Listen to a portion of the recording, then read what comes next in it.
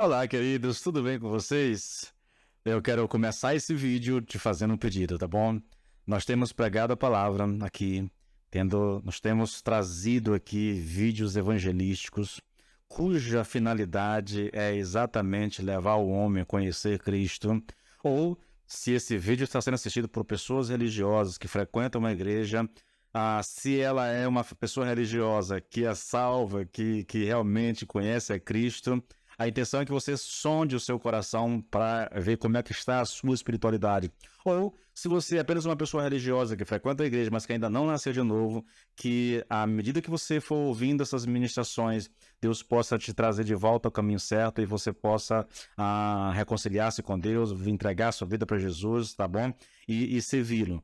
Então, eu quero pedir a você que me ajude nesse processo. Vocês sabem que redes sociais funcionam por essa questão de algoritmo. Eu já tentei estudar sobre isso, mas eu sou muito leigo. Eu só sei de uma coisa: quando um vídeo ele é curtido, quando um vídeo é comentado, quando ele é compartilhado por alguém, o algoritmo faz com que esse vídeo ganhe mais visibilidade. Então eu faço exatamente esse pedido: me ajude, tá bom? Seja aqui seja no YouTube, tá? Seja no Instagram, no meu perfil, no perfil da igreja, seja no Facebook, no meu perfil e no perfil da igreja, que você possa me ajudar comentando, curtindo, tá bom? Compartilhando o vídeo com os seus colegas, tá bom? Com seus irmãos, com seus parentes, para que eles ouçam a palavra.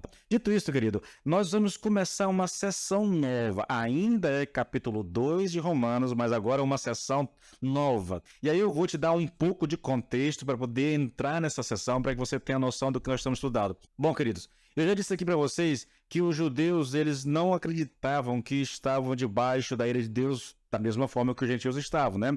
E falei aqui os motivos pelos quais eles não acreditavam que estavam na mesma situação dos judeus. E os motivos eles eram judeus, eles tinham a lei e a circuncisão. Bem claro, bem específico, tá bom?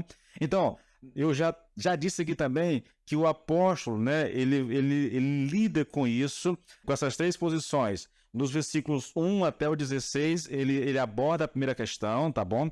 Ele traz o primeiro argumento aqui, no qual os judeus acreditavam que estavam muito bem como estavam, simplesmente porque eram judeus, ou seja, havia uma confiança na natureza da identidade deles, né?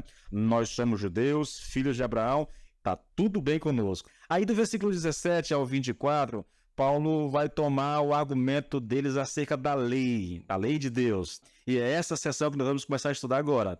E do 25 até o final, Paulo toma então o argumento deles baseado no fato de que eles tinham a circuncisão. Bom, nós vamos estudar, nós já estudamos a primeira defesa que os judeus faziam. Paulo já trabalhou isso detalhadamente. Eu creio que não ficou nada a ser argumentado, nada a ser discutido. Paulo pega essa ideia, o argumento de que eles são judeus, de que eles são um povo especial e por isso está tudo bem com ele. Paulo já mostrou que eles estão na mesma situação, que o juízo de Deus ele é justo, ele não é baseado em denominação, é baseado em nação, não é baseado em... O juiz de Deus é reto, é justo, e se você tem a lei, você vai ser julgado pela lei. Então, se você não obedece, ela você será julgado por causa disso. Bom, Paulo desmontou completamente essa justificativa ou essa tentativa de justificar-se dos judeus. Agora ele vai tomar a segunda justificativa dos judeus e ele vai tratar com ela. Então, eu quero convidar você para ler aqui os versículos do 17 até o 24. Eu vou ler todos dessa vez para que você tenha uma noção, tá bom? O texto diz assim: mas tu que tens por sobrenome judeu, e repousas na lei, e te glorias em Deus, e conheces a sua vontade, e aprovas as coisas excelentes, sendo instruído na lei, e confia que és guia dos cegos, luz dos que estão em trevas, instruidor dos nécios, mestre de crianças, que tens a forma da ciência e da verdade na lei. Tu, pois, e aqui que está o negócio, né? Tu, pois, que ensinas a outro, não te ensinas a ti mesmo? Tu que pregas que não se deve furtar, furtas? Tu que dizes que não se deve adulterar, adulteras? Tu que abominas os ídolos, rouba os templos, tu que te glorias na lei, desonra a Deus pela transgressão da lei, pois como está escrito, o nome de Deus é blasfemado entre os gentios por vossa causa. Bom, querido, como é que nós vamos abordar esse texto? Como é que a gente vai lidar com ele? Primeiro, nós vamos tomar aqui as expressões usadas pelo apóstolo, tá bom? Para descrever o orgulho que os judeus tinham da lei. Você vai perceber aqui que Paulo cita várias expressões que manifestam esse orgulho que os judeus tinham da lei. Depois, ele vai tratar aqui, querido, daquilo que é uma das mais graves acusações feitas na Bíblia a respeito da hipocrisia. E, por último, a gente vai ver as consequências dessa hipocrisia, tá bom? Vai ser essa a nossa linha de abordagem. Primeiro, as expressões que manifestam o orgulho do judeu com relação à lei. Depois, a hipocrisia religiosa dos judeus manifestada, né? E depois, a consequência dessa hipocrisia. E nós vamos primeiro ver, então, as expressões. Olha o que Paulo diz. Mas tu que tens por sobrenome judeu. O que Paulo quer dizer com essas palavras, queridos?